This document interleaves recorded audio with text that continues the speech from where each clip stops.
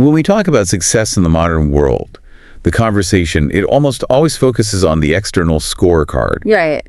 The metrics. The title, the size of the portfolio, the public recognition. But here's the profound and frankly, a terrifying question we need to confront. Is it possible to achieve every single external metric of success while, at the same time, losing everything that truly defines you internally? That's the core question. Is success on the outside sometimes just a perfect mask for total failure on the inside? That tension, exactly, that conflict between ambition and integrity, it's the unavoidable gravitational pull of modern professional life. It is the central and often very painful conflict we're diving into today. Okay, let's really unpack this deeply then. For you, our listener, you shared with us a stack of sources that synthesize the lessons from a profoundly influential moral narrative. A very powerful one. We're looking specifically at a critical analysis published under the study, The Erosion of Integrity, the study of moral decline, which focuses entirely on summarizing and extracting the lessons from the book, A Man Who Lost His Values. This isn't a narrative we can afford to just gloss over. No, absolutely not. And what makes this deep dive unique is that we aren't just reading the novel ourselves. We're examining the comprehensive psychological and sociological takeaways that have been drawn from the story by serious academics and moral philosophers. So we're getting the distilled version, the core insights. We're getting the shortcut to understanding the precise architecture of moral decline. This material provides a structured framework for understanding ethical behavior, and it's really designed for the learner who needs insight, not just, entertainment.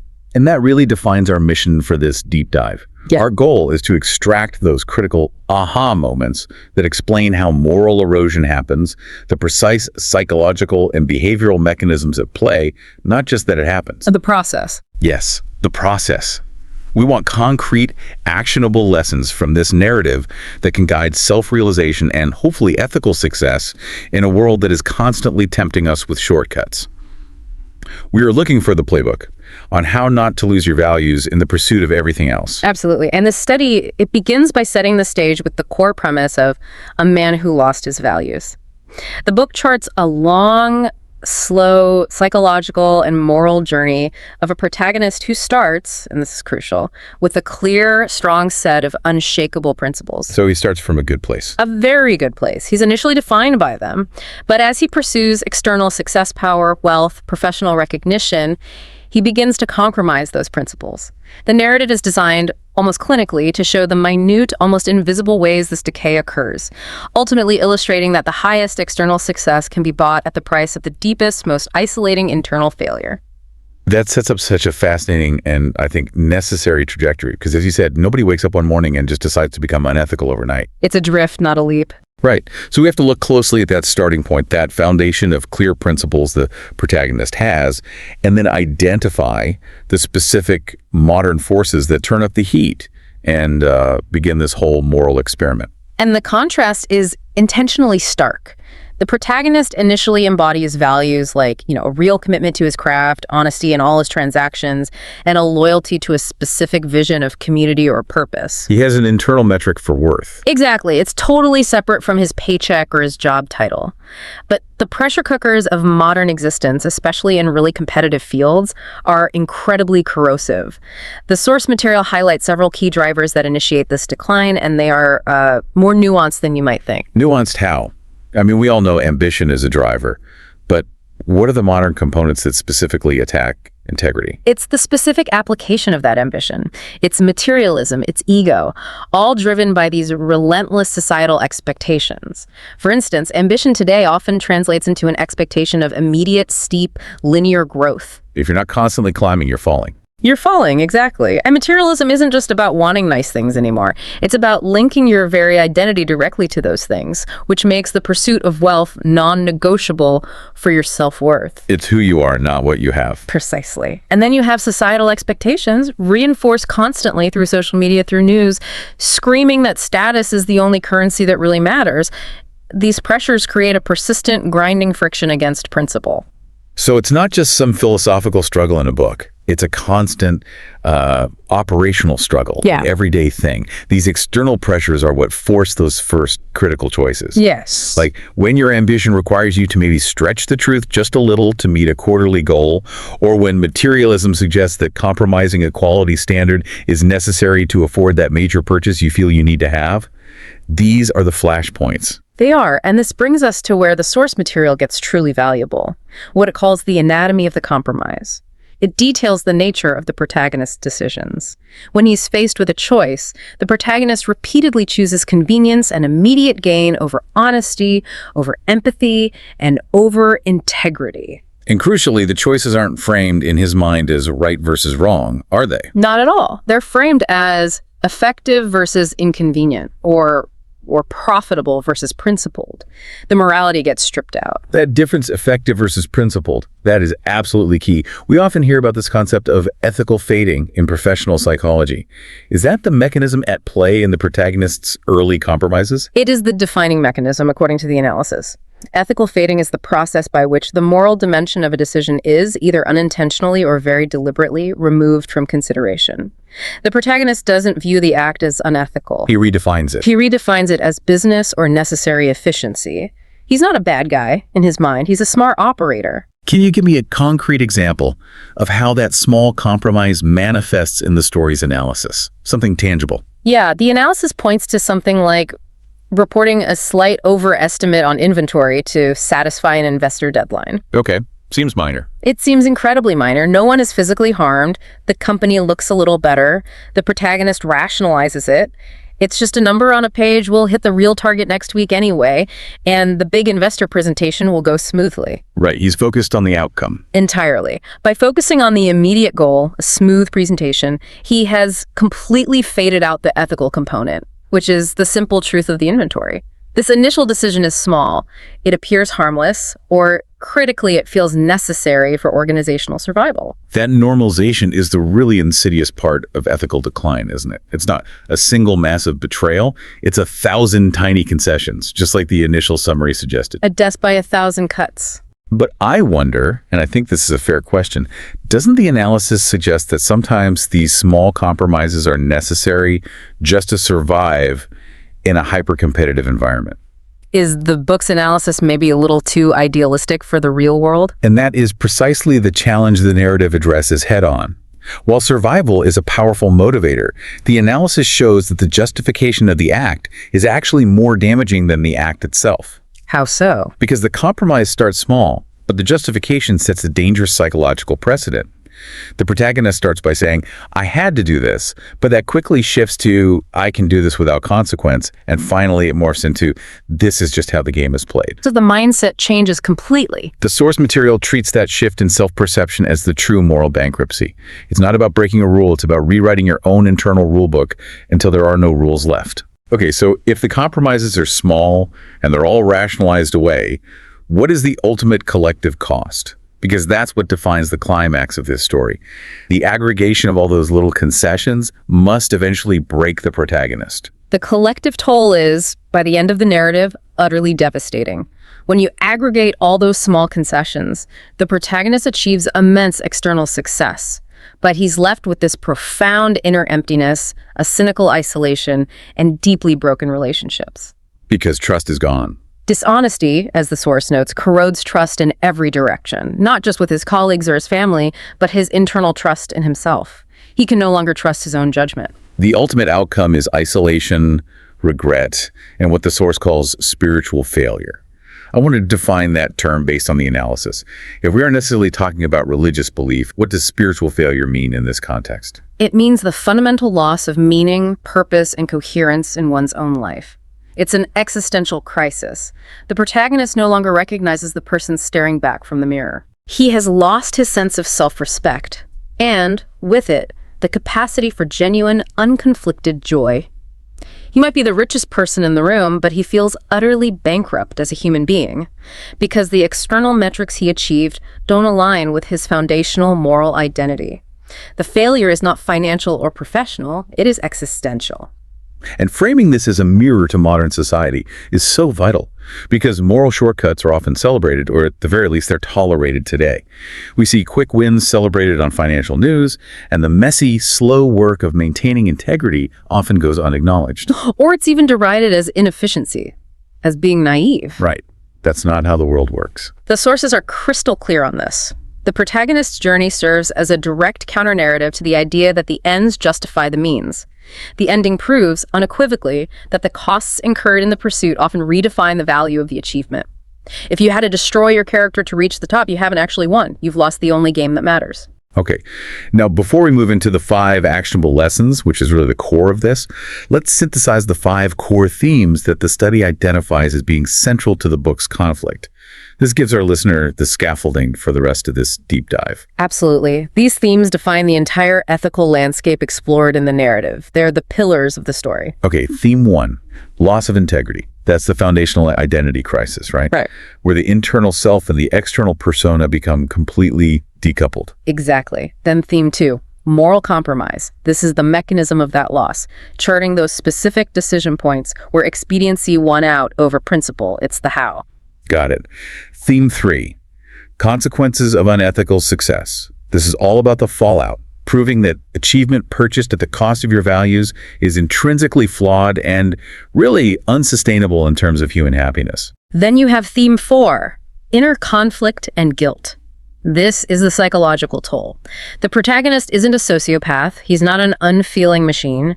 The loss of his values creates immense suffering and self-alienation, which we can understand as a profound cognitive dissonance. The conflict between what they know they should be and what they have become. Yes, a painful gap. And finally, theme 5, redemption through self-awareness.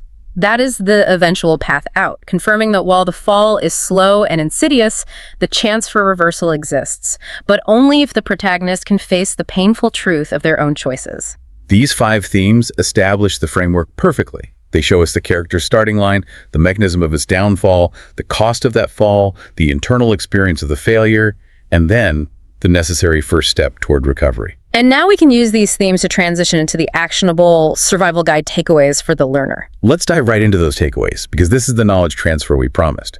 The first key lesson is foundational, and frankly, it's unforgiving. Values define identity. This is absolutely fundamental to the study's conclusion. The source material states unequivocally that no matter the apparent external success, the wealth, the titles, the visibility, a person without defined, consistent values loses their direction, their self-respect, and any chance at inner peace. It's more than just a nice idea, though. It's a necessary form of psychological safety, isn't it?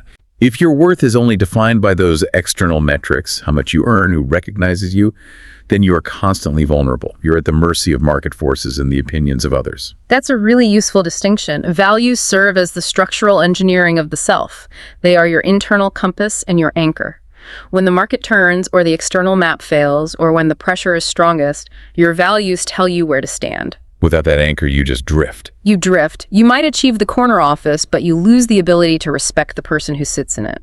The analysis suggests that integrity is the only constant that guarantees self-respect, and that is non-negotiable for true peace. Okay, moving to lesson 2, which is arguably the most critical aha moment for anyone listening, because it identifies the specific entry point for decline.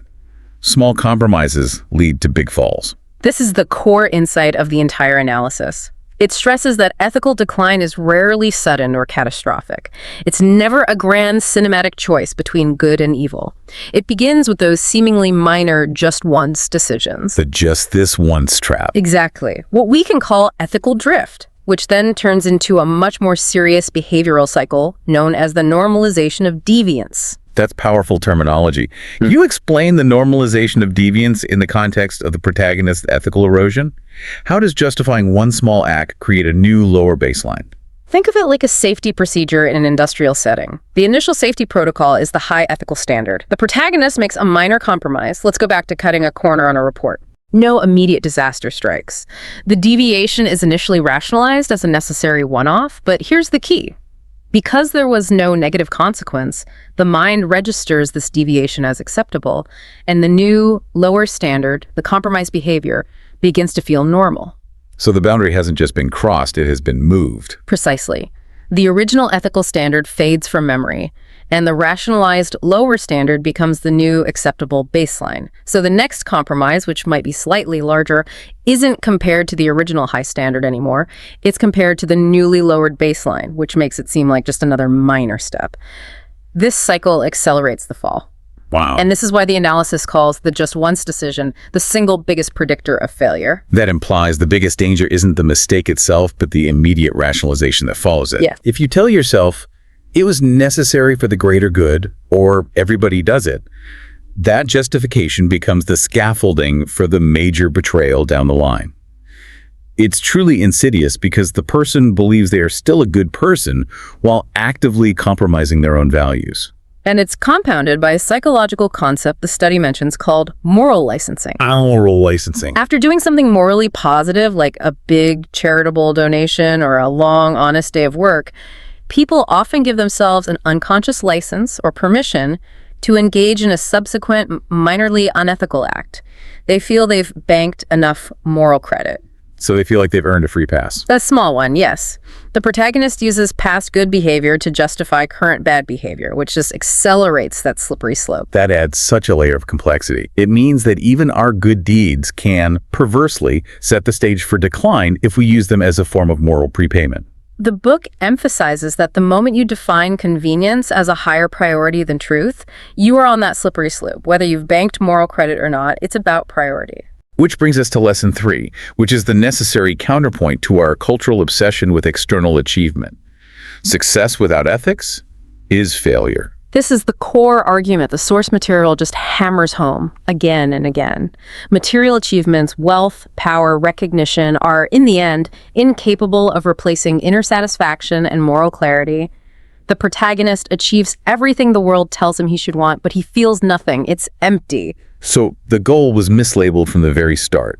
We think we're aiming for happiness and fulfillment, but we're using material goods, the external metrics, as proxies for that internal state. Exactly. And if you destroy the internal foundation to gain the external proxy, you've not just missed the mark, you've engaged in a completely self-defeating endeavor. That's it perfectly. This lesson is so vital for young professionals and entrepreneurs who are focused purely on the metrics. The analysis suggests we must constantly distinguish between what success feels like, which is defined by moral coherence, versus what success looks like, which is defined by bank accounts and headlines. What it feels like versus what it looks like. Just look at the history of corporate scandals. They are filled with individuals who achieved the external look, but had catastrophically hollow feelings, leading to personal ruin, public shame, and deep isolation. This highlights the tragic disconnect.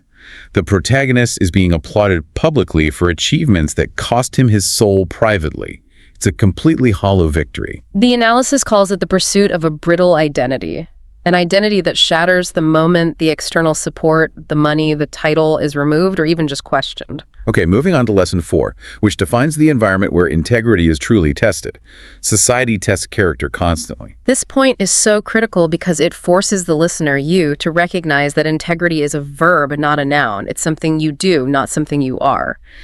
The study states that true character is revealed when 2 specific conditions are met. Okay, what are they? First, when no one is watching, and second, when shortcuts are tempting. The first condition, when no one is watching.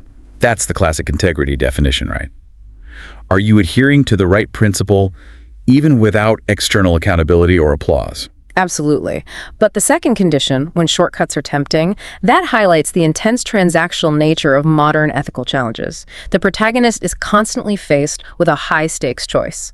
Perform the hard, honest work that maintains long-term quality, or take the fast, slightly dubious route to the immediate reward. The quick win. The increased stock price, the quicker regulatory approval, the satisfied client who doesn't know the whole story. Can you give me a real-world high-stakes scenario mentioned in the source material where the protagonist had to choose between their personal legacy and a critical company milestone? A recurring scenario in the analysis involves quality control. Imagine the protagonist is facing immense pressure to launch a new product on schedule. The whole company's future might depend on it. Then, late in the game, he discovers a significant but correctable flaw in the testing phase. Oof, the worst timing. The absolute worst. Correcting it means months of delay and huge financial penalties.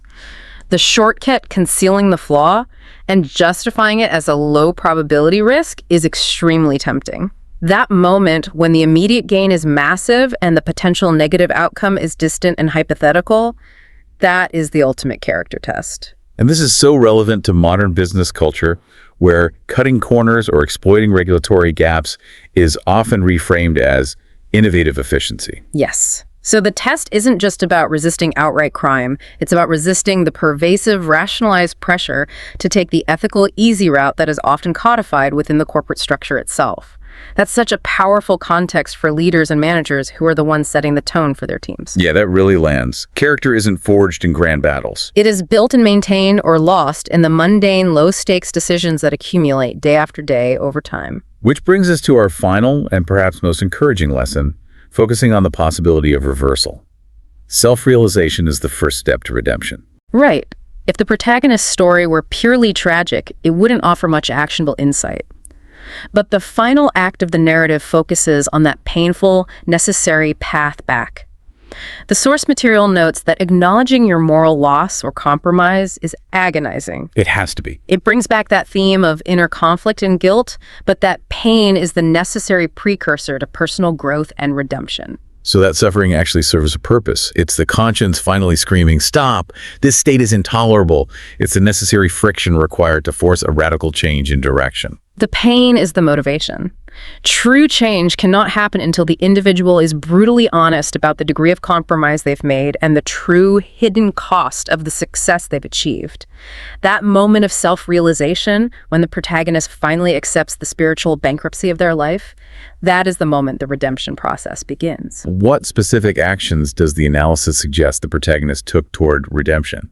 It can't just be a feeling of regret, can it? There has to be more. No, the analysis makes it clear that self-realization demands action. It involves immediate, transparent accountability, often to the very people they harmed, and active restitution. It's not enough to feel sorry. You have to do something. You have to actively redefine your life by choosing principle over convenience, even when it costs you dearly. For him, it often required a public dismantling of the unethical success he had built. The reversal requires sacrifice, and that validates the idea that it is never truly too late, provided the individual is willing to pay the price of honesty. That offers a really profound dose of hope. Now that we've thoroughly explored the narrative and the key lessons, let's shift our focus to the book's reception and why this particular moral tale resonates so deeply with so many different audiences. When we look at the review analysis of A Man Who Lost His Values, it becomes really clear why this specific narrative holds such enduring appeal across different demographics. It possesses a strong moral message that resonates deeply with readers because it speaks to a universal human experience. And that strong message seems to cut through a lot of complexity. The analysis praises the simple yet impactful language, which makes it accessible to all age groups. That must be a major strength when your primary goal is to communicate foundational ethics without requiring, specialized philosophical training. It's the key to its broad impact. The language ensures accessibility, and the themes are inherently relatable. Readers specifically highlight universal struggles like overcoming greed, managing peer pressure, and navigating moral compromise in their daily lives. We've all been there. Exactly. Because the themes are so universal present in every career path, every social interaction, the story functions as a powerful, non-judgmental mirror. It encourages you, the reader, to examine your own trajectory, not just sit back and watch someone else's downfall. And the ultimate effect, according to the sources, is to encourage deep self-reflection and accountability. That is a really rare feat for any piece of fiction or moral study. It suggests the book's value lies in its function as an awakener of conscience. Precisely. And that's why it's so relevant to modern life, to competitive business culture, and especially to leadership ethics, where the pressure to perform and compromise is often masked as simple necessity. But the analysis also brought up some criticisms, and I think it's important we address those openly.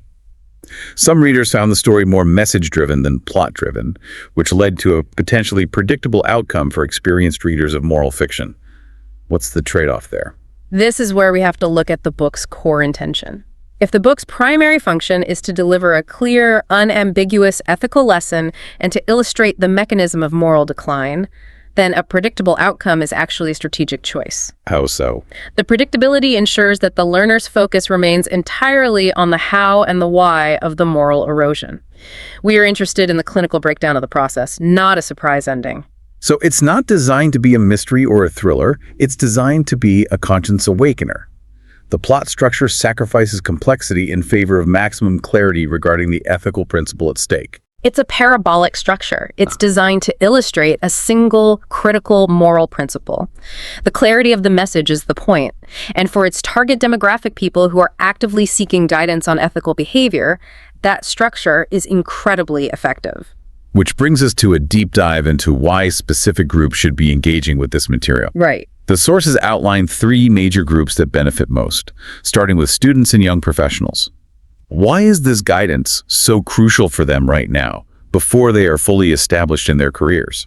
Because they need the framework before the small compromises even begin. Students are actively establishing their ethical identity, and they're often dealing with pressures related to academic honesty or competitive application processes where, a small lie seems low risk. And then they get to the workplace. And young professionals are immediately plunged into the pressure cooker of corporate hierarchy, ambition, and impossible deadlines. This book offers crucial preemptive guidance. Preempted how, exactly? It helps them establish ethical non-negotiables, those lines in the sand that they decide they absolutely will not cross no matter what.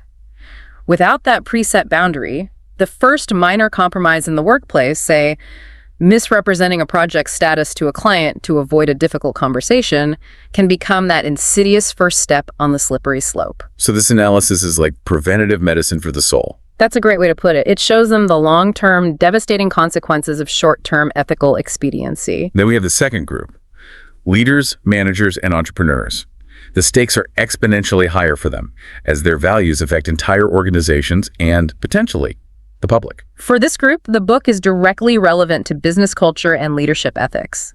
As a leader, your values are tested daily, often in high-stakes situations where a compromise might benefit the company financially in the short term, but damage its reputation and internal morale permanently. For instance, let's talk about the Q4 reporting pressures. A perfect example. If the team is slightly short of the target, the pressure to massage the numbers is immense. That's a classic test of character right there. It is, and the analysis forces leaders to confront the difference between managing for compliance, which is just doing the minimum legally required, and leading with integrity, which is doing what is morally right, even when it's unprofitable or difficult. A leader who has embraced the normalization of deviance sets a tone where every employee feels compelled to follow suit, creating an ethically toxic organization. The trickle down. The book asks, are you leading with values, or are you merely managing for profit? The two are often mutually exclusive in the short term. That connects directly back to lesson 4. Character being tested when shortcuts are tempting. A leader's choice often involves a systemic shortcut that affects hundreds of people, not just one. Precisely. And the entrepreneur who reads this is forced to question whether their organizational values are merely posters on the wall or active principles governing daily decisions, especially when they're faced with the immense temptation of fast growth capital, where speed and scale can often trump quality or fairness. It forces them to look for their own ethical blind spots created by rapid success. And the final audience group mentioned are content creators, specifically those making motivational or moral storytelling videos. This is a fascinating inclusion. It really is. It highlights the universal applicability of the narrative's simple structure and powerful message. In our digital age, content creators face unique ethical challenges related to authenticity and metrics. The pressure to sensationalize, to bend the truth, or to create clickbait for views and engagement is huge. This is the new form of the small compromise. It absolutely is. The pursuit of views becomes the new external metric, replacing wealth or power.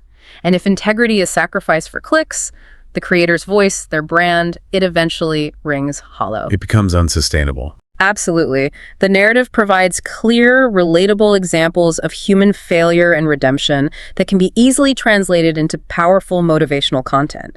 It's source material for teaching about authenticity, reminding creators that their primary value lies in their integrity and their moral clarity, not in the viral success of a single piece of content that was achieved through compromise. This synthesis really wraps up the analysis perfectly. The book's relevance to modern life is its greatest strength. It provides a highly effective, structured framework for evaluating your personal choices against the backdrop of pressure and temptation. It offers clarity on ethics before a decision is made. Which, as we've discussed, is the only time clarity truly matters. Right. Ethics is not about what you do when you are caught. It's about what you do when you are offered the path of least resistance and the rewards are highest. This narrative clarifies that choice by illustrating the long-term tragic cost of choosing convenience. So, to briefly recap the most crucial learning points we extracted for you today, the learner, from this deep analysis of moral decline. First, you have to understand the immense danger of the just once decision. That seemingly minor act of moral compromise is the entry point for the normalization of deviance. It is the single biggest predictor of future larger failures. And second, remember that your internal values define your identity. They are your psychological foundation, while external achievements are, at best, merely temporary decorations. we've given you the knowledge base extracted directly from the analysis of this powerful moral narrative. Now comes the part where the deep dive requires you to step away and into self-reflection. The sources encourage us to actively consider our own character tests. Those moments when the shortcut is available, the stakes are high, and no one is watching. Where are you right now on the protagonist's trajectory? Have you started to rationalize any minor ethical deviations in the name of efficiency or gain? And that leads us to our final provocative thought. It's one that builds directly on this necessity of actively defending integrity. If true character is revealed when no one is watching, how do we actively structure our lives and our environments, our businesses, our schedules, our relationships, to ensure we prioritize moral clarity over convenience, even when the external rewards for compromise are at their absolute highest? That structure, that intentional active defense of integrity, that is the long-term challenge derived from this powerful analysis. It requires intention, not just aspiration, to build systems that hold your values accountable when you are most tempted to compromise. Indeed. It requires defining your principles so clearly and integrating them so deeply into your life that the compromise simply isn't a mentally viable option anymore. And on that note, we conclude this deep dive into the erosion of integrity. We hope you walk away with a renewed focus on reinforcing your own internal compass. Until next time.